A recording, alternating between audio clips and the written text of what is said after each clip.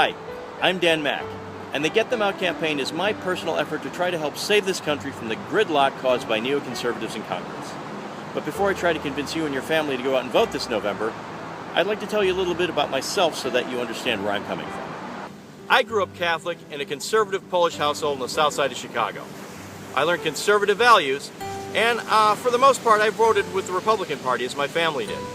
In fact, my first vote for president was for George H.W. Bush. True story. And while I was a little disappointed in his administration, looking back, I think he did a much better job than some other people I can name. Anyway, the point is that I started off a Republican. Still, I'm a moderate on almost any subject you can name. Government size? Small as possible as long as it gets the job done. Gun ownership?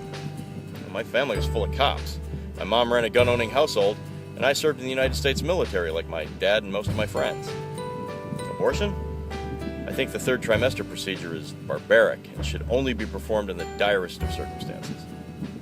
But I also believe that if a fetus has rights late term, that it's all the more reason to aggressively protect a woman's right to choose before that time. And that if we're going to own weapons as a nation, we should at least treat them with the same gravity that we do driving privileges. And that no matter how much government costs us, it has to at least be big enough to protect the little guy and to keep us safe and prosperous. When my best friend ran for the Illinois State Senate as a Democrat, he described himself as a moderate fiscal conservative and a progressive social liberal. And I thought, hey, that's a perfect way to describe myself. Now, here's the weird part. I haven't changed my political positions on almost anything since that time. Yet I left the Republican Party last century and now have no official party affiliation, which means I can vote for anyone I choose.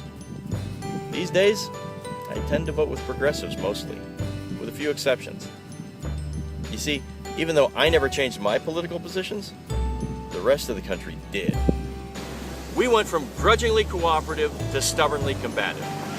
And as I stood in one place, the entire nation shifted aggressively to the right around me, leaving me slightly left of center by comparison. It was a rude and weird awakening. Now, I've always loved and respected both sides, even when we disagree on something. My family are still all conservatives, and all Americans are my neighbors. But something weird happened to our Republican Party in my lifetime. They became mean, belligerent, and bullying, willing to do anything, to go to any lengths to maintain power and control. These days, it means absolutely paralyzing Congress for the 6 years that President Obama has been in office. Mostly, they just want to make him look bad. But who they're really making look bad is themselves. I long for the days when people used to cross the aisle to cooperate and get things done. But these days it seems that the neoconservatives will stop at absolutely nothing to get their own way, whether it's good for the country or not. And it's up to us, progressives, moderates, and old-school conservatives who are ashamed of what their party has become alike, to get these people out of office and replace them with representation that will put the nation's best interests first instead of their own. Join me, and let's get them out.